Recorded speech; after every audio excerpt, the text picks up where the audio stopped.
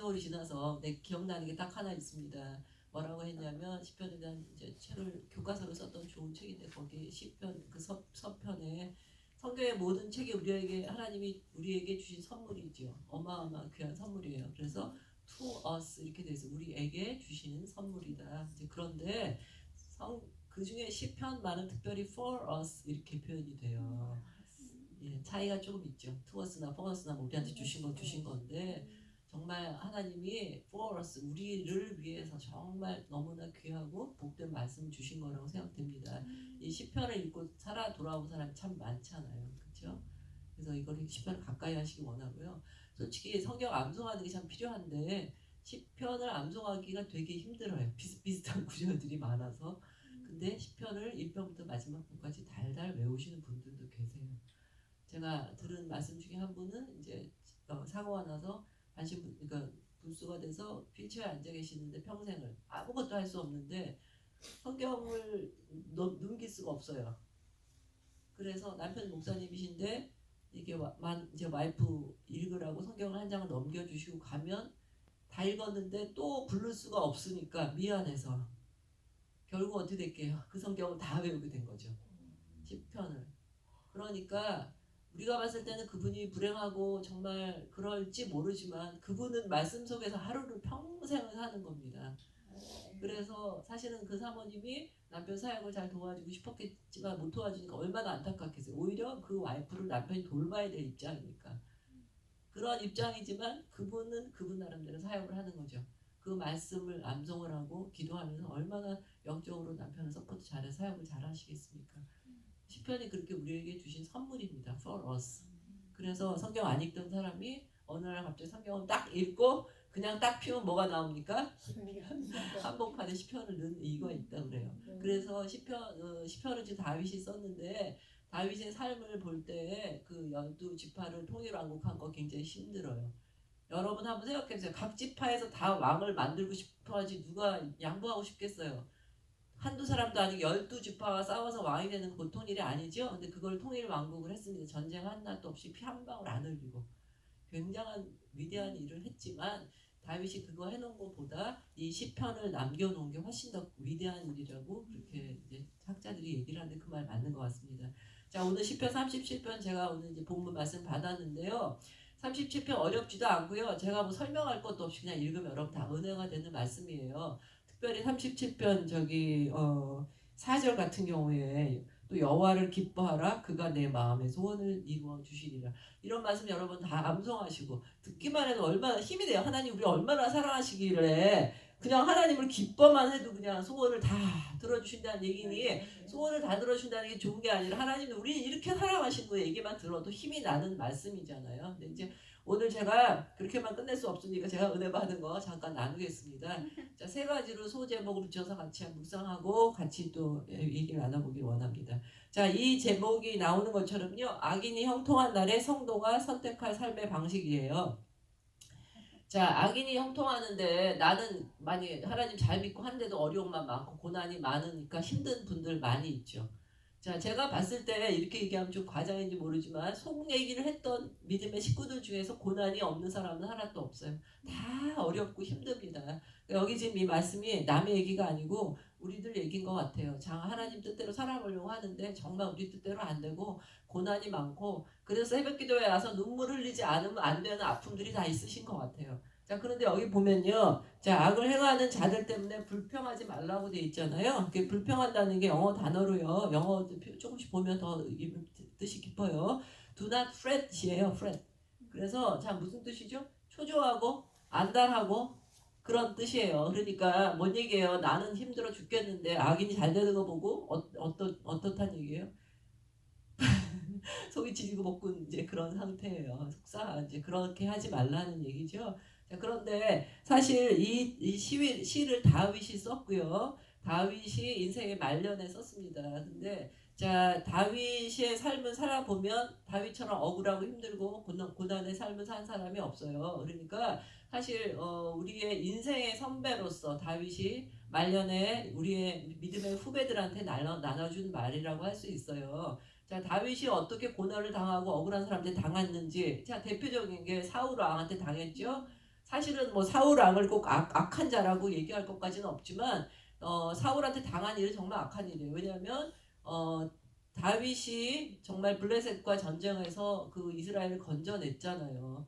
그때 골리앗 장군 얘기 다 아시죠? 그렇게 하지 않았으면 나라가 망했고 다 죽을 수도 있는 상황에서 다윗이 목숨 걸고 나가서 나라를 건져냈으니까 사실은 전쟁 영웅이고 그 나라를 살린 정말 은인인데 다윗 그 사울 왕이 죽이려고 목숨을 걸고 그렇게 쫓아다녔죠. 그렇게 하고 사실은 자기 사위 아니에요. 사위인데 그렇게 죽이려고 정말 그러니까 악한 영이 쓰이면 이렇게 악하게 집니다. 이렇게 너무 고통을 당했고 그리고 사실 다윗의 삶을 잘 살펴보면 어린 시절에도 사실은 억울한 일 많이 당했어요. 가정에서 막내니까 우리 같으면 좀 사랑해주고 보호해줘야 되는데 그 아들들이 그왕 뭐죠? 그 사무엘 제사장이 왔을 때에도 아들 취급도 안 한 거죠. 말하자면 거의 부르지도 않았잖아요. 그리고 전쟁 때 오빠들한테 형들한테 그 음식 가지러 갔을 때도 고마워하니 아니라 엄청 무시하고 그렇게 못되게 굴었습니다. 그러니까 참 많이 아픔을 당했고요.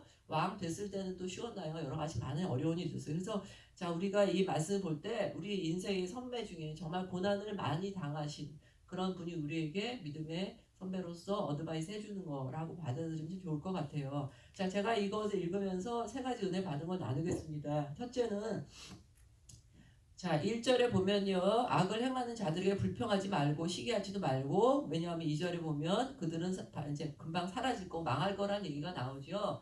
그렇게 나오고 얘기 확 바뀌어갖고요. 3, 4, 5, 7절에 보면요. 얘기가 어떻게 바뀌냐면 같이 성경 보고 잘 따라오세요. 3절에 보면 여호와를 의뢰하라 이렇게 돼 있고 4절은 또 여호와를 기뻐하라 돼 있고 5절은 여호와께 맡기라 돼 있고 7절은 여호와 앞에 잠잠하고 기다리라 이렇게 돼 있습니다. 자, 우리 손 목사님 맨날 강조하시지만 반복해서 나오면 중요한 거라고 하시죠. 지금 보니까 사실은 같은 얘기예요. 하나님을 바라보라 하는 얘기인데 지금 의뢰하고 기뻐하고 맡기고 잠잠 기다리라 그렇게 얘기하는 걸 보면서 무슨 얘기가 저는 마음에 드냐면 우리가 그냥 있으면 악인에 대한 걸 불평하거나 또 내 억울함을 바라보거나 고난을 바라보거나 아니 문제를 바라보는데 시간을 다 써버리더라고요. 저 정말 그렇게 많이 하는 것 같아요. 그러지 말고 하나님이 이거 명령문이에요 다. 자 주님께 마음을 두라 이렇게 말씀하시는 것 같아요. 자 제가 얼마 전에 지난주에 어느 친구 이제 믿음의 자매예요. 친구를 방문을 했는데 그 자매가 불치병에 걸려 있고 많이 고통을 당하는데 요새 이제 심장이 더 나빠져서 응급실 들어가라 거려요. 그래서 이제 많이 겁을 먹고 있어요. 또 혼자 사는 자매인데 얼마나 무섭겠어요. 갑자기 밤에 생기고. 그러고 있는 와중에 지난주에는 무슨 얘기 들었냐면 이제 또 간이 굳어가기 시작 간경화 진단을 받았습니다. 근데 이제 그 자매가 너무 독한 약을 계속 먹으니까 사실은 예상했던 일이고 근데 너무 걱정을 하고 이제 쫄아 있는 거지 한마디로 믿음 좋은 자매지만 근데 내가 이제 그 밤 자매 일주일에 한 번씩 만나서 교제를 하고 이제 같이 이제 기도도 하고 그러는데 무슨 얘기를 해줘야 될지 모르겠는 거예요. 뭐라고 위로를 하겠어요. 그랬는데 제가 이제 용감하게 챌린지를 하기로 했습니다. 어떻게 했냐면 가서 막 위로를 해주고 눈물을 기도해 줄 수도 있지만 그렇게 하지 않고요. 제가 좀 세게 나왔어요. 제가 그렇게 받을 만한 믿음도 있는 자매고 또 친한 자매니까 제가 야 네가 지금 너무 어렵고 힘들게 되지 않았냐? 근데 네가 이제 결정해야 될 때가 된 것 같다. 네가 이제 심장병으로 죽을까 간경화로 죽을까 매일 벌벌 더 그렇게 살던지 아니면 얼마가 남을지 모르지만 주님께서 너에게 선택한 날 주신 날들을 정말 매 순간을 기뻐하고 물론 아프겠지만 감사하면서 그렇게 보내던지 정말 영어로 It's up to you. 너한테 달린 일이고 그건 아무도 도와줄 수 없는 거 아니냐. 제가 좀 세게 얘기했죠. 근데 그 얘기 했는데 자매님 정말 맞는 얘기라고 수긍을 하더라고요. 근데 정말 이게 지금 영적 전쟁이에요. 우리가 악한 사람들을 보고서 우리가 내 팔자는 왜 이런 거를 고민하던지 내 문제에 정말 빠져있던지 아니면 그럼에도 불구하고 시선을 주님께 돌려서 여기 하는 것처럼 이 사람 지금 여호와를 기뻐할 일이 있어서 하는 게 아니죠. 여호와를 기뻐하게 작정을 하는 거고 내 길을 잘 안 풀리고 있지만 하나님께 맡기기로 그리고 나는 그냥 하나님을 의뢰하기로 그리고 불평하고 난리치고 내가 어떻게 해보려고 하지 않고 7절에 보면 그냥 잠잠하고 바보 같은 짓이고 아무것도 안 하는 것 같지만 나는 참고 기다리려고 할던지 결정을 하는 거란 얘기죠. 그래서 정말 우리가 한번 우리 자신을 돌아봤으면 좋겠고 뭐 여러분한테 하는 말이 아니고 저한테 하는 말입니다. 사실 많은 시간을 문제를 보면서 고민한 이게 왜 왔는지 어떻게 풀어야 되는지 왜 딴 사람은 없는데 나한테 문제가 있는지 하여튼 문제에 대해서 연구하고 논문을 쓰고 있는 거예요. 이제 그렇게 하면 안 된다는 거죠. 주님이 단칼에 자르시잖아요. 1절, 2절에 그 얘기는 딱 끝나고 그 다음에 3, 4, 5, 6, 7 다 지금 뭐 얘기하냐면 주님께 집중해라 이렇게 얘기하고 계세요. 그래서 자 성경 말씀도 이거 얘기했죠. 히브리서 12장 2절에 믿음의 주여 온전케 하시는 이인 예수를 바라보라 이렇게 돼 있어요. 자 예수를 바라보는 게 그냥 슬쩍 보는 흘끔 지나보는 것도 있는데 여기에 바라보라는 영어로 뭐라고 돼 있는지 아시죠? Fix your eyes on Jesus예요. fix예요. fix는 그냥 눈을 딱 고정해 놓고 딴 거 안 보는 게 fix 아니에요. 그렇게 할 때 승리할 수 있다는 거예요. 그래서 자 결국은 우리 삶은 매 순간 매일이 영적인 전쟁인데 영적인 전쟁은 어디서 자 성패가 그냥 갈라지냐면 딴 거 할 것도 없고 이거 딱 하나. 자 우리의 눈을 어디다 놓느냐에 결정이 되는데 자 원수를 바라보면 바라볼수록 그 문제가 점점 커지고요. 저는 그냥 조금에 쫄아들고 예수님은 아예 간데 온데 없어져 버립니다. 그러니까 자 우리가 우리의 눈을 어디다 고정할지 그래서 주님께 향하라고 하나님이 명령하시고 계십니다. 자 그래서 첫 번째 자 우리의 시선 주님께 자 두 번째 제가 잘 보니까요. 악한 일을 행하는 자 때문에 불평하고 그리고 또 그들을 시기하고 있는 모습을 얘기했고요. 7절에 보면은 자기 길이 형통하고 악한 꾀를 이루는 자 때문에 불평하지 말라 그러니까 악인이 형통한 걸 지금 사실은 배합하고 있는 거예요. 속마음을 들여다보면.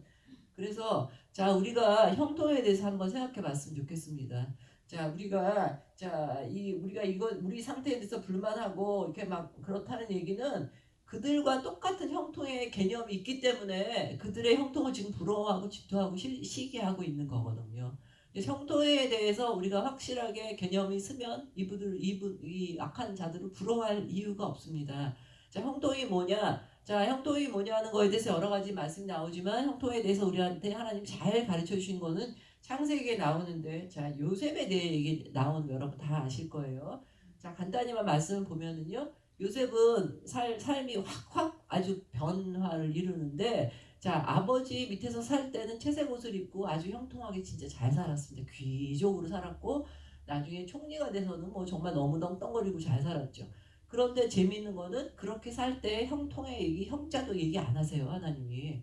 그리고 어떤 때 형통을 얘기했냐 완전히 밑바닥 돼 있을 때 그리고 절대로 거기서 벗어날 희망이 전혀 없을 때 자 남의 나라 종으로 팔려왔는데 다시 자기 집에 돌아온 일 있겠어요? 그리고 감옥에 갔는데 거기서 뭐 풀려날 일 없어요. 죽다가 감옥까지 그냥 살다가 죽는 건데 그때 하나님이 요셉을 2번을 형통을 얘기하는데 그 감옥에 있을 때와 보디발의 집에 종으로 있을 때 그렇게 형통을 얘기하십니다. 그러면 자 감옥에 있을 때도 자 간수가 페이버를 줘갖고 잘 편하게 지내고 리더로 거기서 고생 안 하고 지냈고 그 다음에 보디발의 장군에 있을 때도 거기서도 이제 종이라고 막 하대 받지 않고 거기서 어떻게 하죠? 그 일 잘해갖고 하나님이 복을 주시고 보디발에도 칭찬을 받고 막 이렇게 되는 거 형통한 거 맞죠?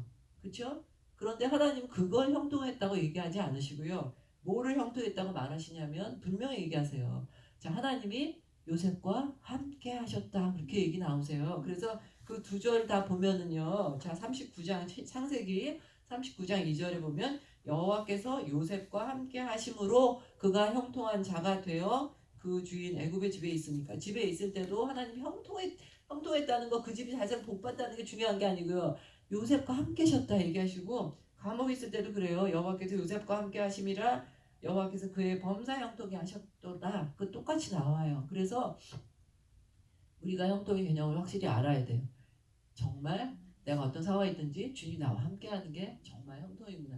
저는 근데 그거 잘 몰랐습니다. 제가 부끄러운 고백하는데요. 자, 이 시편을 지은 다윗이 시편 23편도 지었잖아요. 그렇죠? 시편 23편도 말년에 지은 거라고 하는데 시편 23편 저도 좋아해서 영어로도 외우고 한국어로 다 외우고 했는데 진짜 속뜻을 몰랐던 것 같아요. 자, 시편 1절 23편 1절에 이렇게 돼 있죠.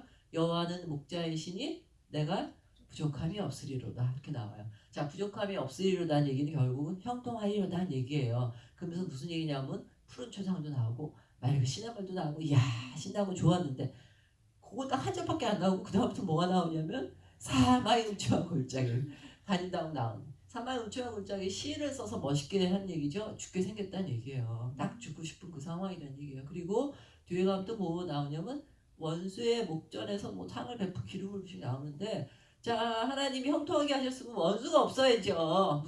그리고 또 원수가 있어라도 안 만나야지. 그냥 평생 안 만나고 살아있는데 원수의 목전이라는 건요 원수 딱 앞에 맞닥뜨리게 하신다는 얘기예요. 그러니까 형통이랑은 거리가 먼 거예요 사실은. 근데 저는 이 말씀 읽으면서 아 왜 하나님이 그러면서 부족함이 없다고 얘기했을까 솔직히 이해가 솔직히 안 됐고 그냥 사람들이 좋아하니까 좋은 신가 보다 솔직히 그 정도로 알았습니다. 근데 정말 살아보니까 아 내가 그동안 무식해갖고 이 시편 1절 볼 때 여호와는 나의 목자시니 내게 부족함이 없으리로다 해서 중요한 거는 여호와는 나의 목자신인데 그 부분은 별로 내 마음에 들어오지 않고 귀에 들리지도 않고 내게 부족함이 없으리로다 그것만 붙잡고 있었더라고요. 아, 정말 그래서 하나님이 나의 목자시기 때문에 그 다음에는 푸른 초장을 가던 밝은 물을 가던 원수가 앞에 있던 사마의 음침한 골짜기에 있던 그게 상관이 없어지고 주님이 나랑 함께 있다는 게 정말 복이고 이 형통이구나. 그거를 깨달은 지 정말 얼마 안 됩니다. 죄송한 얘기지만. 그래서 정말 형통이 뭐냐면 주님이 우리와 함께 하는 거. 그게 형통인 거를 정말 깨닫는 게 이게 진짜 복인 것 같습니다. 그래서 여러분한테 물어보겠습니다. 사실 우리가 여기 나오는 것처럼 세상에 악한 사람들이 잘 되는 걸 시기하고 질투하는 마음이 있어요. 저도 이제 여자니까 예를 들어서 남편이 돈도 잘 벌어오고 나한테 잘해주고 우리 애들 공부 잘하고 막 잘되고 뭐 이제 이런 게 형통 아니에요 솔직히. 아프지 않고 특히 그런 걸 바라는데 그렇지 않다 하더라도 주님이 내 옆에 있다는 것 때문에 내가 정말 기쁘고 이게 형통입니다. 그거 깨달은 게 진짜 복인 것 같아요. 그래서 여러분들이 이제 여기 새벽에 기도 나오신 분들은 이미 그 수준 됐을 거라고 믿고 제가 지금 퀘스천 한번 해보겠습니다. 그러면 정말 지금 각자 다 고난이 있으실 텐데 하나님이 나한테 지금 고난을 주셨다 하더라도 그 고난 때문에 주님을 꼭 붙잡고 가지 않을 수 없잖아요. 그렇죠? 그렇게 상황을 만들어 주시는 것이 진짜 나에게 복이고 이게 진짜 형통이구나 라고 진짜 여러분들이 마음속 깊이서 감사하고 고백을 하실 수 있기를 바라요. 제가 여러분한테 그러십니까? 손 들어보세요. 이렇게 하면 또 곤란하니까 정말 그게 진짜 형통인 것 같습니다. 그렇게 된다면 딴 사람들 안 믿는 사람들이 잘 되고 하는 거요. 그게 형통이 아닌데 뭐가 부러워요. 조금 좀 심한 표현으로 자 동물 농장에 동물이 많이 있는데 그 중에 주인이 돼지한테 사료를 제일 많이 갖다 주고 잘 케어해주고 막 쓰다듬고 살찐다고 이뻐하고 막 하는데 그걸 보는 옆에 동물들이 걔를 보고 참 부러워해야지 됩니까? 사실은 더 불쌍한 거죠. 그렇죠? 금방 이제 잡혀 이제 먹이러 가야 되는 팔자고예요. 그러니까 우리는 하나님이 그런 존재를 만드시지 않으셨어요. 우리는 영적인 게 만족이 안 되면 절대로 행복할 수 없는 존재로 만드셨습니다. 그렇기 때문에 악한 사람들이 되는 것을 보고 시기하거나 질투하는 우리가 아니라 정말 우리에게 주신 고난을 통해서 우리를 오히려 형통하게 하신 주님을 바라보는 우리가 됐으면 좋겠습니다. 자, 세 번째. 자, 그런데 이렇게 주님을 바라보고 악한 사람이 당하고 있는 우리 애를 하나님은 그냥 두시지 않고 살아가시니까 복을 주십니다. 이게 너무 감사하죠. 그래서 어떤 복을 주시는지 한번 찾아봤으면 좋겠는데요. 자, 9절에 뭐라고 되어 있나요?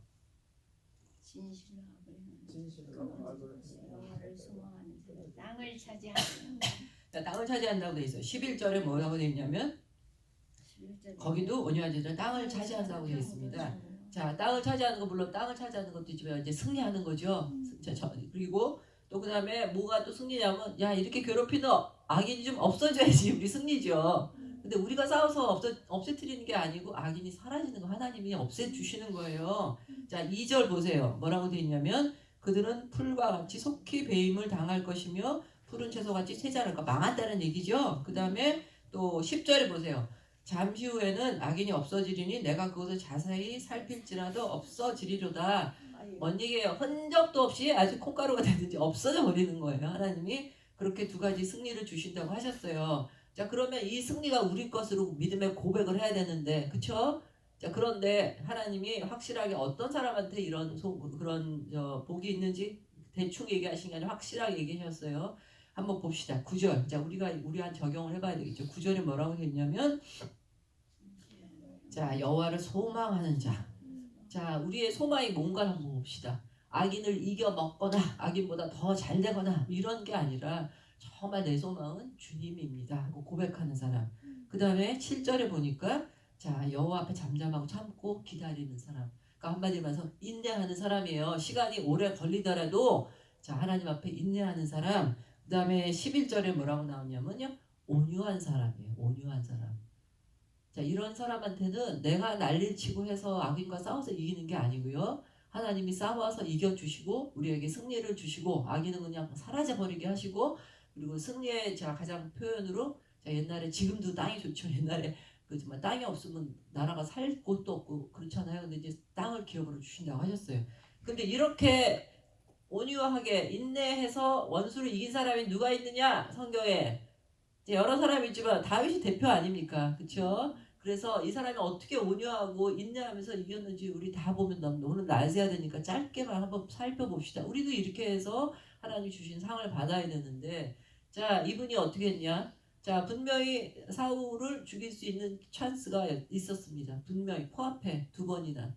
그래서 죽일 수 있었는데도 하나님이 사랑하는 자, 하나님이 기름 부은 자를 내가 절대로 함부로 손대지 않겠다. 그렇게 얘기하고 참고 그냥 그 돌이키죠. 그래서 죽이지 않죠. 그리고 나서 사울이 죽었어요. 나중에 전쟁에서. 얼마나 잘 됐습니까? 솔직히. 그런데 이 다윗 왕은 정말 통곡하면서 울면서 시를 지었어요. 너무너무 애통해하면서 그걸 본 백성들의 마음이 모아지게 되겠죠. 그렇죠? 그렇게 됐고, 그 다음에 또 기가 막힌 거는 이제 전쟁에서 져서 사울과 사울의 아들들이 다 죽었습니다. 그런 건 무슨 뜻이에요? 그러면 왕위를 계승할 사람이 없어지는 거죠. 사위 왕도 죽고 그다음에 아들도 다 잘 죽고, 그런 상황에 다윗은 지금 나라의 명 망명 망명을 가 있었습니다. 그런 상황이면 자, 다윗이 신났다고 다시 와서 내가 이제 왕이다 해야지 됩니다. 그리고 충분히 그럴 만한 이유가 있어요. 왜냐하면 하나님이 분명히 기름을 부으셔 세우셨고, 그다음 온 백성들이 그 사람이 전쟁의 영웅이기 때문에 다윗은 만만이고 사울은 천천히라고 이미 백성들도 다 좋아해요. 그러니까 당연히 와야 되는데 다윗은 그 상황에서요 어떻게 인내하냐면요, 하나님께 물어봐요. 하나님, 제가 유다로 돌아갈까요? 그렇게 물어봐요. 참 대단하죠? 근데 돌아갔어요. 돌아가서 헤브론에서 왕을 해요. 그런데 참 신기한 건 온 백성이 그 사람한테 왕하라고 오는 게 아니고요, 두 지파밖에 안 돌아와요. 그래서 베냐민하고 유다 지파만 들어와서 7년 반을 헤브론의 왕으로 있었습니다. 이제 세상 말로 좀 쪽팔리는 거예요. 그렇게 돌아왔으면 정말 자기를 왕으로 추대해야 되는데 7년 반이나 그렇게 코박고 겸손하게 살았습니다. 그러고 났을 때 나중에 하나님이 전 백성의 마음을 다 모아서 온 백성이 와서 이제는 다윗 왕이 스스로 와서 우리의 왕이 되어 주십시오 라고 와서 전 나라가 통일이 됩니다.